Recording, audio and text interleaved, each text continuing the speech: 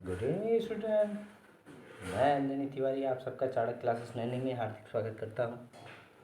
बेटा, कल के टॉपिक में हमने यूनिट एंड मेजरमेंट में क्या बात किया था? हमने वहाँ पे बात किया था कि आप कैसे किसी भी फंडामेंटल यूनिट के बारे में बात करते हैं, और वो फंडामेंटल यूनिट्स जो 7 टाइप के होते हैं, जिसमें हमने किसकी किसकी बात की।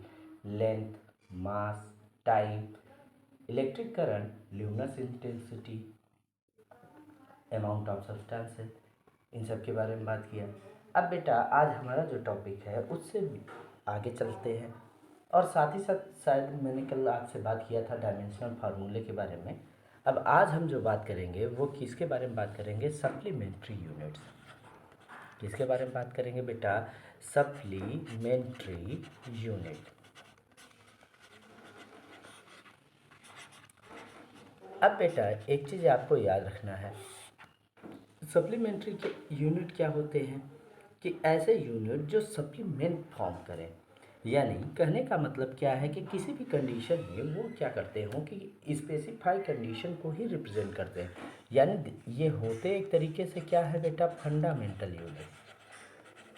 इनको हम किस में समझ सकते हैं कि ये क्या हो सकते हैं? फंडामेंटल यूनिट ही होते हैं। लेकिन ये ऐसे फंडामेंटल यूनिट होते हैं जो कि किसी भी साइड के अकॉर्डिंग, यानी किसी भी कंडीशन के अकॉर्डिंग सप्लीमेंटेशन को फॉर्म करते हैं। इसको फॉर्म करते हैं बेटा? सप्लीमेंटेशन को। तो ऐसे यूनिट को हम लोग क्या कहते हैं? Fundamental unit and supplement unit. अब सप्लीमेंट यूनिट कितने टाइप के हो सकते हैं बेटा? तो 2 टाइप। अब ये जो सप्लीमेंट यूनिट निकालते हैं, ये हम किसके लिए निकालते हैं? एंगल। किसके लिए निकालते हैं बेटा? एंगल। एंड सेकेंड वन क्या आपका होता है? Solid angle. किसके लिए होता है बेटा? Angle and solid angle. अब बेटा, आपको यहाँ पे कैसे समझना है कि एंगल क्या होगा और सॉलिड एंगल क्या होगा?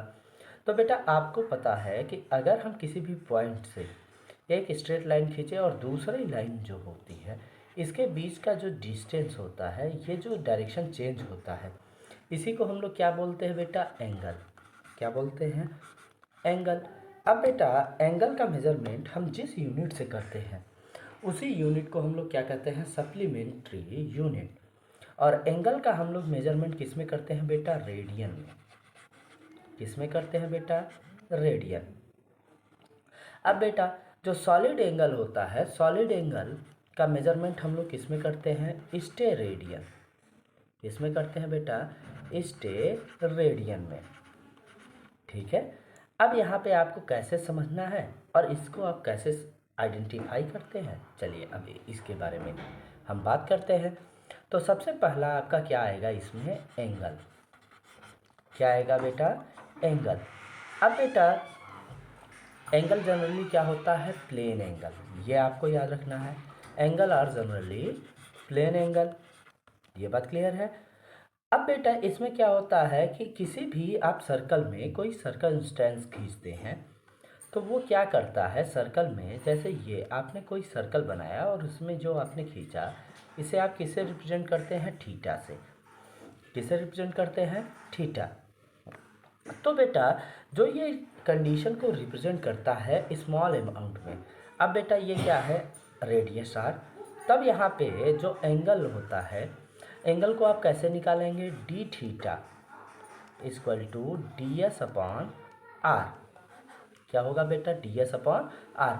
अब बेटा, ये जो चेंजेस हो रहा है यहाँ से यहाँ तक, इसी को हम लोग किस क्या कहेंगे? D S. तो डी थीटा इक्वल टू क्या हो जाएगा? D S upon R. अब बेटा, जो ये डी एस अपॉन आर है, डी एस क्या होगा बेटा? Change into displacement. अब यहाँ बेटा डिस्टेंस क्यों नहीं कह रहे हैं? क्योंकि बेटा, आपको एक चीज़ आपने पढ़ा होगा क्या, कि अगर हम किसी सर्कुलर कंडीशन में जाते हैं तो वहाँ हम डिस्टेंस की बात ना करके हम किसकी बात करते हैं? डिस्प्लेसमेंट। अब बेटा, आर क्या होगा आपका? रेडियस। आर क्या होगा? रेडियस। तो यहाँ से बेटा change into displacement upon radius, यही डी थीटा होगा। और ये डी थीटा किसको डिनोट करेगा? Angle in between two lines. अब यहाँ लाइंस नहीं करके बेटा हम लाइज क्यों कर रहे हैं, क्योंकि बेटा जहाँ पे ये स्टेबल होते हैं उसी पोजीशन को हम लोग लाइज पोजीशन कहते हैं। तो जो एंगल होगा बेटा इन दोनों के बीच का, उसी को हम लोग क्या कहेंगे, प्लेन एंगल। और बेटा इसी को हम लोग मेजर किससे करते हैं, D theta equal to D S upon R. और इसका जो यूनिट होता है बेटा वो क्या होता है, रेडियन। यूनिट क्या हो जाता है, रेडियन। ये बात क्लियर है। जैसे अगर आपसे कह दिया गया बेटा कि 30 डिग्री रेडियन, तो बेटा यानी ये 30 डिग्री प्लेन एंगल की बात करता है। जैसे आपने पढ़ा होगा जियोग्राफी में आप पढ़ते हो ना, मीन रेडियन, मीन रेडियन। अब बेटा जियोग्राफी में मीन रेडियन यानी जो हमारे अर्थ के बीचों बीच की लाइन है, जो हमारे अर्थ को बीचों बीच एंगल को डिवाइड करता है, तो वो जो एंगल प्लेन एंगल है, प्लेन एंगल डिवाइडेशन है, उसी को हम लोग क्या कहते हैं, मीन रेडियन। ऐसे डिफरेंट टाइप के रेडियन होते हैं जिससे क्या होता है, अर्थ का एंगल डिफाइन होता है। ठीक है, तो आपको समझ में आ गया कि एंगल कैसे कहोगे। तो बेटा दो लाइन के बीच में जो डिफ्रेंशिएशन हो रहा है रेडियस और डिस्टेंस का, इसी को हम लोग क्या कहते हैं, एंगल। और इसे हम रिप्रेजेंट कैसे करते हैं, D theta equal to D S upon R. और यही क्या कहलाता है बेटा, रेडियन। ये बात क्लियर है। ds क्या होता है बेटा, चेंज इनटू डिस्प्लेसमेंट। ds क्या होता है, चेंज इनटू डिस्प्लेसमेंट। और r क्या होता है बेटा, रेडियस। ये बात क्लियर रहेगी। अब हम बात करते हैं बेटा सॉलिड एंगल की। तो बेटा सॉलिड एंगल जनरली ये क्या होता है बेटा, जो सॉलिड एंगल होता है इसी को हम लोग क्या कह सकते हैं, क्यूबिक एंगल। ये आपको ध्यान देना है। क्या कहेंगे बेटा, क्यूबिक एंगल। क्यों, क्योंकि बेटा सॉलिड का जो स्ट्रक्चर माना जाता है वो क्या माना जाता है, क्यूब। तो बेटा जैसे ही हम क्यूबिक एंगल की बात करेंगे तो ये क्यूबिक एंगल को हम लोग डिनोट करते हैं डी ओम से। किससे डिनोट करते हैं, डी ओम से। और इसका क्या होगा बेटा, area cut from the surface of sphere, the area cut from surface of sphere. यानी अगर कोई स्फेरिक सरफेस है, स्फीयर है, उससे जो एरिया कट होती है वो, और जो रेडियस का स्क्वायर होता है, इसकी जो वैल्यू होती है, यही किसको डिनोट करती है, सॉलिड एंगल को। तो बेटा अब यहाँ पे एरिया है, तो एरिया को आप किससे डिनोट करते हैं, ए से। तो यहाँ से क्या मिला, डी ए अपॉन रेडियस का तो आर ही होगा, आर स्क्वायर। ये बात क्लियर। अब यहाँ से आपको क्या याद रखना है कि डी ओम का जो यूनिट होगा वो क्या होगा, स्टेरेडियन। क्या होगा बेटा, स्टेरेडियन। और स्टेरेडियन को हम लोग किससे डिनोट करते हैं, एस आर से। किससे डिनोट करते हैं, एस आर। ये बात क्लियर हो गई। अब बेटा हमने क्या बात किया, angle and solid angle.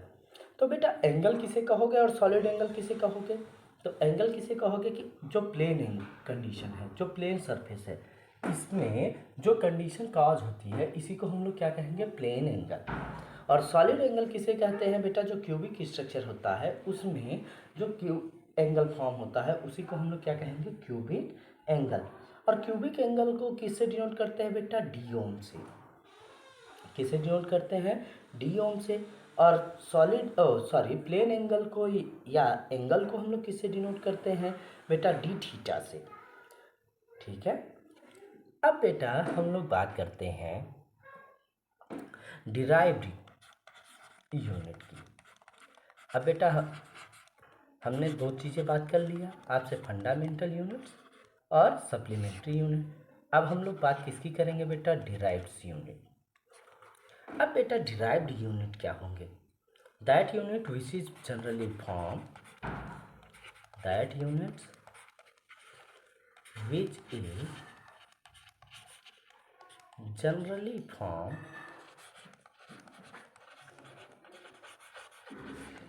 due to fundamental or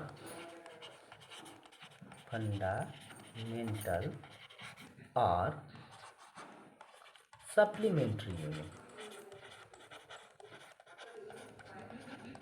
supplementary unit कहा क्या जा रहा है बेटा कि ऐसे यूनिट जो किससे बनते हों, या तो फंडामेंटल यूनिट से बनते हों या तो सप्लीमेंट्री यूनिट से, उन्हीं यूनिट को हम लोग क्या कहते हैं बेटा, डिराइव्ड यूनिट। ये बात क्लियर। अब जैसे डिराइव्ड यूनिट में हम लोग क्या समझते हैं, द सम फार्मूलाज, यानी जैसे कुछ फार्मूला होते हैं और इनमें आपको कैसे समझने हैं। अब इस चीज़ को समझने के लिए आपको जैसे, अब भाई आपसे कह दिया गया, जैसे कह दिया गया आपसे स्पीड, किसके बारे में कह दिया गया, स्पीड। तो बेटा स्पीड ये तो आपका ना तो फंडामेंटल यूनिट है ना तो सप्लीमेंट्री यूनिट है। तो स्पीड के लिए आप यूनिट कैसे निकालोगे, तो स्पीड के लिए आप क्या पढ़ते हो, change into distance, change in distance upon time, change in distance upon time. अब बेटा तो यहाँ पे आप क्या करोगे कि जो डिस्टेंस का चेंज है, जैसे मान लेते हैं ये पॉइंट ए, ये पॉइंट बी, ये पॉइंट सी, यहाँ पे 3 पॉइंट हैं ए बी सी। पहले तो ए से बी गया, बी से सी गया। अब मान लो ए से बी जो डिस्टेंस है वो कितना है, 5 मीटर। बी से सी कितना है बेटा, 10 मीटर। यहाँ से ए से बी जाने में इसको लग रहा है, मान लेते हैं 2 सेकेंड, और यहाँ पे इसको कितना लग रहा है, 4 सेकेंड। अब बेटा तब यहाँ से आपको स्पीड निकालना है, तो स्पीड में क्या होगा, टोटल डिस्टेंस कवर, यहाँ से क्या आएगा, total distance cover upon total time, total time, यानी जो पूरा डिस्टेंस इसने कवर किया, तो पूरा डिस्टेंस इसने कितना कवर किया, 5 + 10, और ये किस में, मीटर में, और टोटल डिस्टेंस किस में हो गया, 2 + 4, ये किस में आ गया, सेकेंड। अब बेटा जब इससे निकालोगे तो 5 + 10 कितना आ जाएगा, 15 मीटर, और 2 + 4 कितना आ जाएगा, 6 सेकेंड।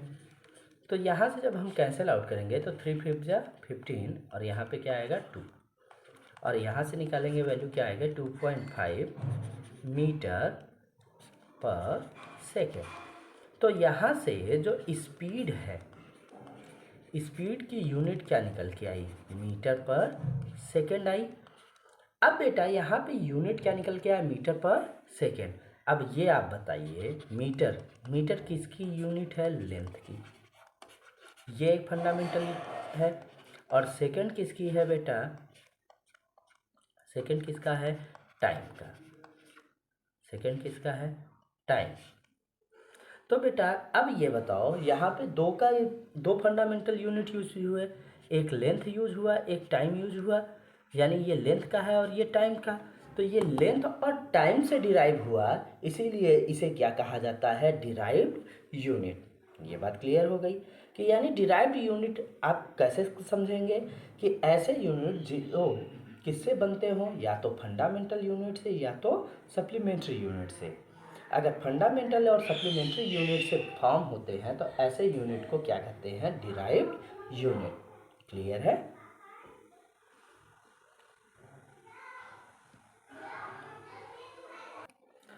अब बेटा जैसे हमने स्पीड की बात की, ऐसे हमारे पास जैसे मान लो हमने क्या लिया, एक्सीलरेशन, क्या लिया, एक्सीलरेशन। अब एक्सीलरेशन क्या होता है बेटा, change in velocity upon time, change in velocity upon time. अब बेटा जो वेलोसिटी होता है उसका क्या होता है, मीटर पर सेकेंड, इसका यूनिट क्या होता है, मीटर पर सेकेंड, और टाइम का यूनिट भी क्या होता है, सेकेंड।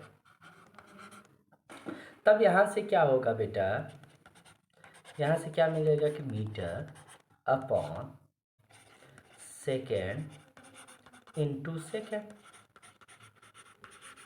अब बेटा मीटर को हम किससे डिनोट करेंगे, एम से, सेकेंड को किससे, एस से, यस इंटू यस। यहाँ से क्या मिला, मीटर अपॉन सेकेंड स्क्वायर। अब जैसे ही सेकेंड स्क्वायर अपर हाफ में जाएगा तो ये क्या हो जाएगा, सेकेंड इनवर्स स्क्वायर। तो यहाँ से एक्सेलरेशन की यूनिट क्या निकल के आई, मीटर सेकेंड इनवर्स स्क्वायर।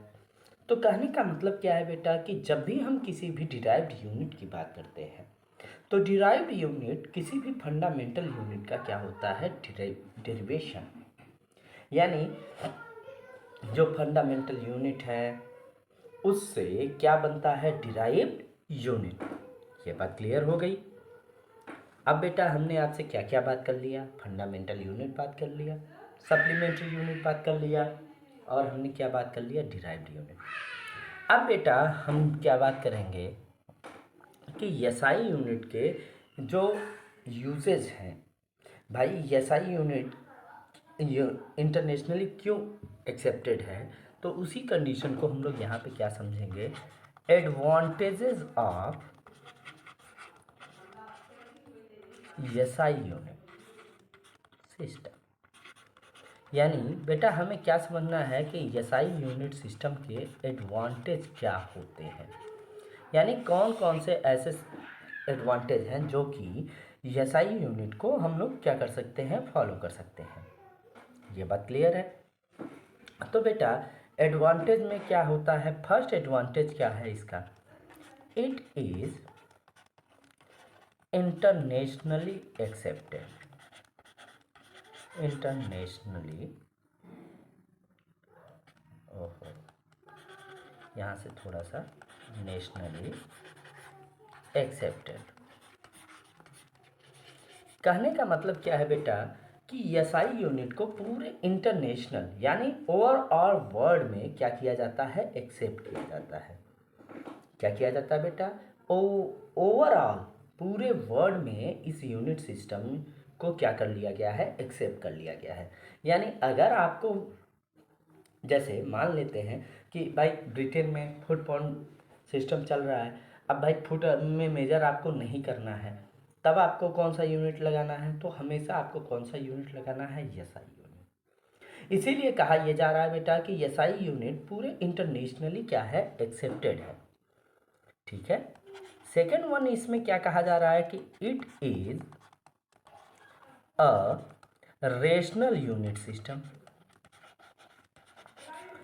अब बेटा रेशनल यूनिट सिस्टम, बेटा रेशनल यूनिट सिस्टम कहने का मतलब क्या है कि भाई आप अगर रेशनल कंडीशन की बात करते हो तो आपने मैथमेटिक्स में पढ़ा होगा कि रेशनल नंबर क्या होते हैं बेटा, जो हमेशा पॉजिटिव होते हैं, जीरो से लेके पॉजिटिव तक, निगेटिव कंडीशन की वो रिप्रेजेंट नहीं करते। तो यानी ये अगर हम इनमें बात करेंगे तो हमेशा इनके हम पॉजिटिविटी की बात करेंगे, निगेटिविटी की बात नहीं करेंगे। थर्ड वन इसकी कंडीशन क्या है, it is a metric system. क्या है बेटा, it is a metric system. अब बेटा मेट्रिक सिस्टम क्या है कि बेटा अगर हम किसी को मल्टीप्लाई करते हैं तो वो जनरली हम उसके नंबर को पावर ऑफ कर सकते हैं। क्या कर सकते हैं, पावर ऑफ, यानी पावर में representation.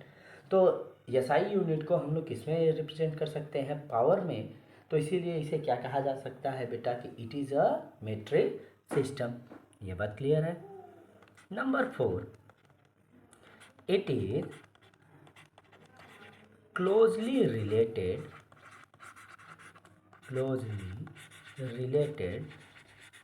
to MKS and CGS। MKS and CGS कहा क्या जा रहा है बेटा, ये MKS और CGS इन दोनों से क्या होता है, बहुत ही ज़्यादा क्लोजली रिलेट करता है। यानी MKS सिस्टम और CGS सिस्टम का जो एडवांटेज है, इन दोनों से मिला के ही क्या बनता है, एसआई यूनिट सिस्टम बनता है। ये बात है। एंड नंबर 5 बेटा यूजेज डेसिमल सिस्टम। ये आपको बहुत इम्पोर्टेंट पॉइंट है बेटा कि आपको ये कैसे पता चल रहा है कि एसआई यूनिट का एडवांटेज क्या है। तो इसमें आपको 5 ही एडवांटेज याद रखना है। क्या क्या याद रखना है बेटा कि इंटरनेशनली एक्सेप्टेड, यानी ये ओवरऑल वर्ल्ड में एक्सेप्टेड है। और क्या आपको याद रखना है कि ये रेशनल यूनिट सिस्टम है। साथ ही साथ आपको ये क्या याद रखना है कि मेट्रिक सिस्टम है। और क्या है बेटा कि ये क्लोजली रिलेट करते हैं किससे, एमकेएस और सीजीएस सिस्टम से। और क्या है बेटा कि ये इनका यूज किसकी तरह हम लोग कर सकते हैं, डेसिमल सिस्टम की तरह। ये बात क्लियर है। अब बेटा यहाँ पे हम कुछ बात करेंगे कि जैसे हम लोग किसी भी सिस्टम में हम लोग क्या करते हैं, बिगर वैल्यू, लाइटर वैल्यू, इन सब की बात करते हैं। तो चलिए अब यहाँ हम बात करते हैं some important units of length. Some important units of length, यानी लेंथ के कुछ इम्पॉर्टेंट यूनिट। ठीक है, अब यहाँ पे आपको लेंथ के कुछ इम्पॉर्टेंट यूनिट याद रखने हैं। तो यहाँ से आपको क्या याद रखना है,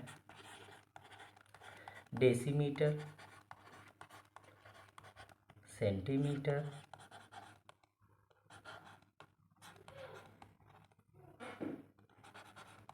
सेंटीमीटर, मिलीमीटर,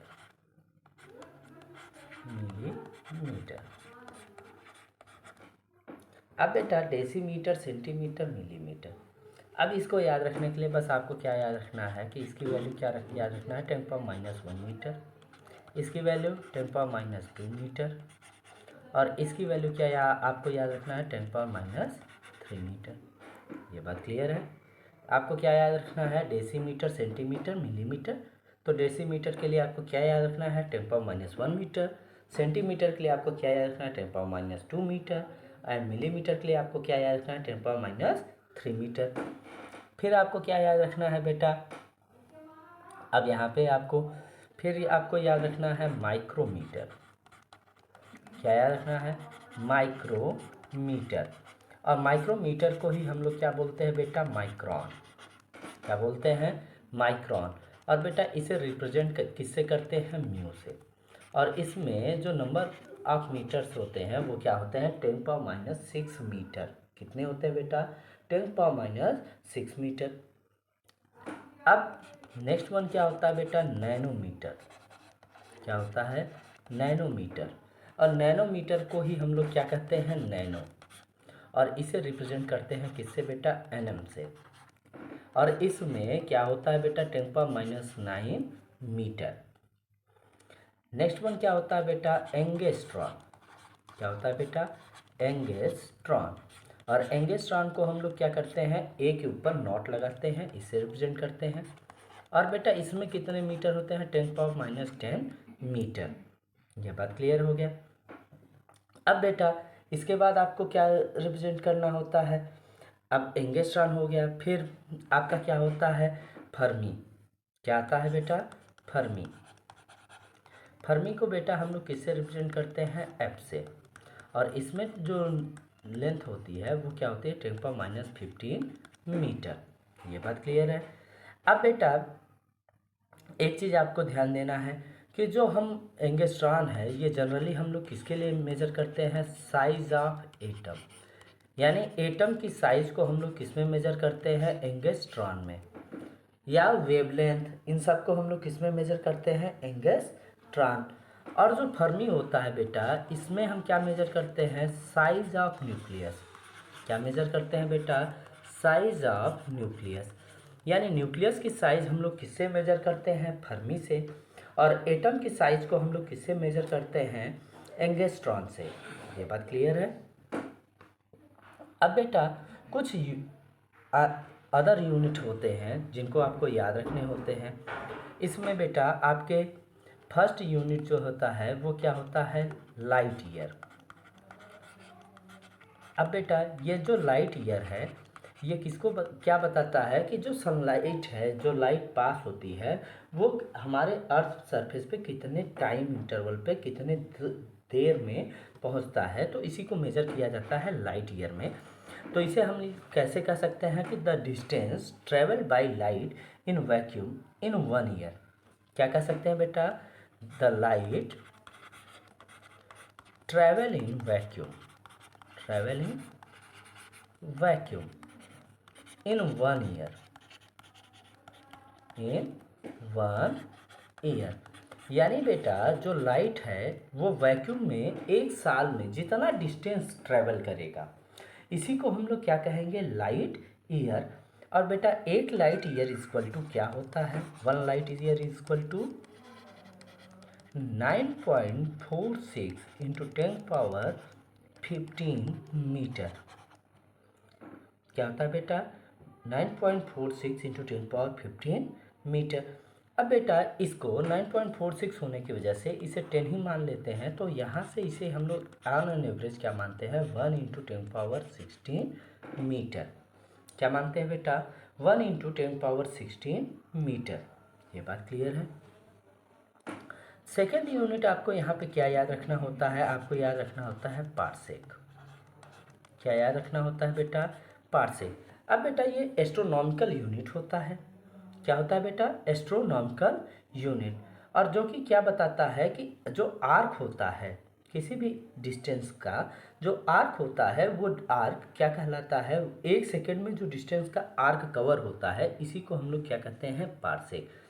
और 1 पार्सेक इक्वल टू क्या होता है बेटा,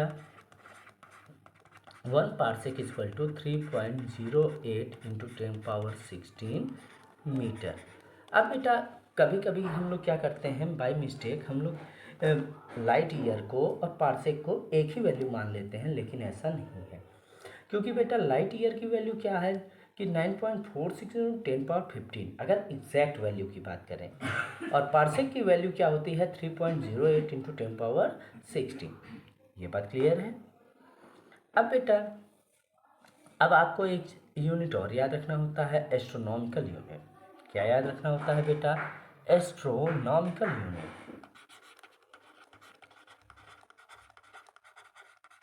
एस्ट्रोनॉमिकल यूनिट। अब बेटा एस्ट्रोनॉमिकल यूनिट क्या होता है, इसे आपको समझना है। तो बेटा आपको क्या याद रखना है, the average separation between the earth and the sun is called, यानी जो सन और अर्थ के बीच में एवरेज सेपरेशन डिस्टेंस है, इसी को हम लोग क्या कहते हैं, एस्ट्रोनॉमिकल यूनिट। और बेटा एस्ट्रोनॉमिकल यूनिट को हम लोग किससे दर्शाते हैं, AU से, यानी astronomical unit is represented by AU। ये बात क्लियर है। 1 AU equal to 1.496 into 10 power 11 metre. ये आपको याद रखना होता है कि जो एस्ट्रोनॉमिकल यूनिट की वैल्यू होती है वो कितनी होती है बेटा, 1.496 इंटू 10 पावर 11। ये बात क्लियर है। अब बेटा यहाँ पे आपको इसमें आपको क्या हमने बता दिया, आपको हमने सारे यूनिट बता दिए, हमने आपको कैसे SI यूनिट का क्या एप्लीकेशन है ये बता दिया, और कुछ कंडीशन हमने आपको बता दिए। अब बेटा कल हमने आपसे डायमेंशन की बात किया था और डायमेंशन की बारे में बात किया था। अब आज बेटा नेक्स्ट पॉइंट जो हमारा होगा वो क्या होगा, सिग्निफिकेंट फिगर, नंबर एंड हाइपरटेन। किसकी किसकी बात करेंगे, significant number, significant figure and हाइपरटेन के बारे में। अब यहाँ पे आपको 3 चीज़ें समझना है। क्या क्या समझना है, पहला आपको समझना है सिग्निफिकेंट फिगर। क्या समझना है बेटा, सिग्निफिकेंट फिगर। इसके बाद हम बात करेंगे सिग्निफिकेंट नंबर, और लास्ट वन हम बात करेंगे बेटा हाइपरटेन के बारे में। तो सिग्निफिकेंट फिगर क्या होता है कि the measurement of accuracy, measurement of accuracy of a physical quantity, of a physical quantity. अगर किसी फिजिकल क्वांटिटी को हम उसको एक्यूरेट फॉर्म में मेजर करते हैं तो बेटा हम लोग उसी कंडीशन को क्या कहते हैं, सिग्निफिकेंट फिगर। क्या कहते हैं बेटा, सिग्निफिकेंट फिगर। ये बात क्लियर है। अब बेटा जो सिग्निफिकेंट फिगर होता है इसको जनरली हम लोग किस में कन्वर्ट करना चाहते हैं, ये आपको ध्यान देना होता है। सिग्निफिकेंट में number can be converted into full condition और हाफ। यानी बेटा अगर जैसे कोई नंबर है तो उसे हम या तो 1 2 3 4 ऐसे हम लोग कन्वर्ट करना चाहेंगे, या तो 0.5 1.5 2.5, 3.5 इस नंबर में। अब बेटा कहने का मतलब क्या है, जैसे आपको दे दिया गया 0.999, तो इसे आप क्या मानते हो, नियर अबाउट 1। तो आप इसे किस में कन्वर्ट कर रहे हो, 1 में। अगर आप इसे 1 में कन्वर्ट कर रहे हो तो ये कौन सा कंडीशन को फॉलो कर रहा है, फुल कंडीशन। अगर बेटा फुल कंडीशन है तो ये किसको रिप्रेजेंट करेगा, सिग्निफिकेंट फिगर को। ऐसे ही बेटा जैसे दिया है 0.495, तो इसे हम लोग क्या मानते हैं बेटा कि ये किसके नियर अबाउट इक्वल है, 0.5 के। तो यानी कहने का मतलब क्या है बेटा कि अगर हम किसी भी नंबर को हम लोग किस में कन्वर्ट कर दें, या तो फुल वैल्यू में या फुल डिजिट में कन्वर्ट कर दें, या तो हाफ डिजिट में, तो इसी कंडीशन को हम लोग क्या कहेंगे, सिग्निफिकेंट फिगर। ये बात क्लियर है। अब बेटा सिग्निफिकेंट फिगर में कन्वर्जन में आपको कुछ रूल याद रखने होते हैं, रूल ऑफ कन्वर्जन। पहला रूल क्या होता है, आपको यहाँ पे सिर्फ 2 ही रूल फॉलो करने हैं। फर्स्ट रूल आपको क्या करना है कि if the digit is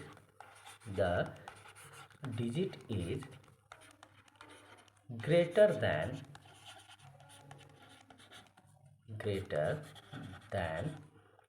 5, digit क्या हो बेटा, ग्रेटर देन 5 हो, 5 से ज़्यादा हो, देन we subtract it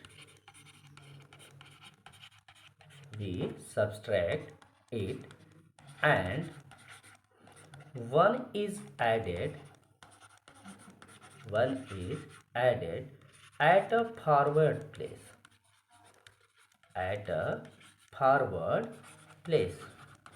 क्या करते हैं बेटा, 1 को ऐड करते हैं फॉरवर्ड प्लेस में। जो पहले का नंबर है उसमें हम क्या कर देते हैं बेटा, 1 ऐड कर देते हैं। जैसे बेटा क्या है 0.99, तो बेटा हमने कहा कि अब आपको यहाँ पे क्या ध्यान देना है कि जो डिजिट है उसमें नंबर क्या है, 5 से ग्रेटर है। भाई 9 5 से ग्रेटर है, तो इसे डिस्प्लेस करेंगे तो आगे के नंबर में हम क्या कर देंगे, 1 ऐड कर देंगे। और जैसे ही हम 1 ऐड करेंगे, 9 + 1 10 हो जाएगा, तो ये वैल्यू क्या आ जाएगी, 1.0।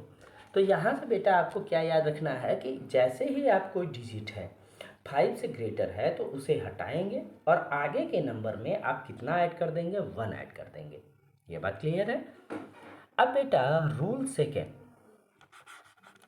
रूल फर्स्ट आपको समझ में आ गया होगा। रूल फर्स्ट में आपको क्या कहा जा रहा है कि अगर जो नंबर है वो 5 से ग्रेटर है तो उसे हटाएंगे और आगे वाले नंबर में कितना ऐड कर देंगे, +1। अब रूल सेकेंड में क्या है बेटा, इफ द नंबर और the digit is lesser than 5, digit is less than 5, जो डिजिट है बेटा वो किससे कम है, 5 से, 5 से क्या है, कम, then we remove it as it, हम जैसा है वो नंबर उसे वैसे ही हटा देंगे। अब बेटा जैसे हमने लिखा 0.523, तो बेटा हम क्या कह रहे हैं कि जो 5 से कम है उसे एज इट हटा देंगे। तो जैसे 0.52, पहले हमने किसको हटाया, 3 को, फिर हम किसको हटा देंगे, 2 को, तो ये वैल्यू क्या आ गई, 0.5। तो कहने का मतलब यहाँ पे क्या है बेटा, रूल फर्स्ट और रूल सेकेंड क्या कहता है कि रूल फर्स्ट ये कहेगा कि अगर जो डिजिट है वो 5 से ग्रेटर है तो उसे हटाएंगे और आगे वाले नंबर में, आगे वाले डिजिट में हम क्या ऐड कर देंगे, 1। अगर जब हम दूसरी कंडीशन की दूसरे रूल की बात करेंगे तो दूसरे रूल में हम क्या बात करेंगे कि जैसे ही हम 5 से लेस नंबर होगा उसको हटाएंगे तो उसे एज इट हटा देंगे बेटा, उसमें हम किसी को हम ऐड नहीं करेंगे। ये बात समझ में आ गई। अब बेटा अब यहाँ पे आप सिग्निफिकेंट फिगर कैसे आप आइडेंटिफाई करते हैं, ये बात क्लियर हो गई। अब यहाँ पे कुछ रूल हैं determining the number of significant figure. अब कहने का मतलब है कि बेटा कि जो सिग्निफिकेंट नंबर है आप उसे कैसे समझेंगे। अब इसके लिए आपको अब क्या समझना पड़ेगा, सिग्निफिकेंट नंबर, क्या समझना पड़ेगा, सिग्निफिकेंट नंबर। तो अब यहाँ पे आपको सबसे पहले क्या समझना है कि सिग्निफिकेंट नंबर क्या होता है। तो क्या होगा, इन सिग्निफिकेंट फिगर, इन सिग्निफिकेंट फिगर, किसमें बेटा, सिग्निफिकेंट फिगर में, the digit which can be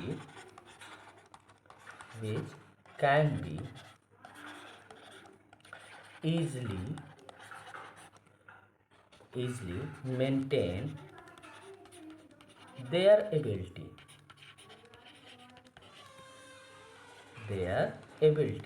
कहने का मतलब क्या है कि बेटा जो सिग्निफिकेंट फिगर है उसमें जो भी डिजिट हैं जो उसके नेचर को बनाए रखते हैं उन्हीं को हम लोग क्या कहते हैं, सिग्निफिकेंट फिगर, सिग्निफिकेंट नंबर। अब यहाँ पे आपको सिग्निफिकेंट नंबर में एक पॉइंट आपको क्या समझना होता है, for significant number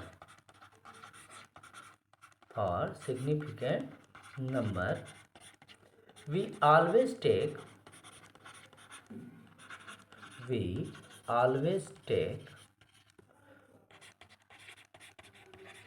2 digit after decimal, यानी बेटा जब हम डेसिमल लगाते हैं, डेसिमल के बाद हम कितने डिजिट रखते हैं, 2 डिजिट।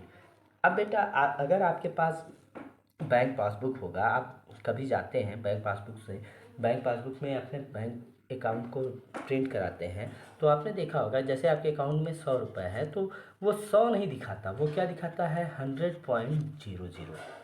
क्यों दिखाता है, क्योंकि बेटा जब तक 2 डेसिमल के बाद 2 डिजिट तक ही रिप्रेजेंटेशन कराना होता है, और यही रिप्रेजेंटेशन किसको रिप्रेजेंट करता है, सिग्निफिकेंट फिगर को। ये बात क्लियर हो गई। अब बेटा हम क्या बात करेंगे, चलिए अब कल हम बात करेंगे कि किस रूल से आप सिग्निफिकेंट फिगर में जो सिग्निफिकेंट नंबर है इनको आप कैसे आइडेंटिफाई करेंगे।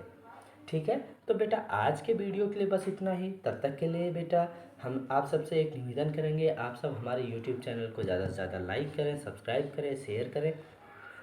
तब तक के लिए बेटा धन्यवाद। जय हिंद, जय भारत।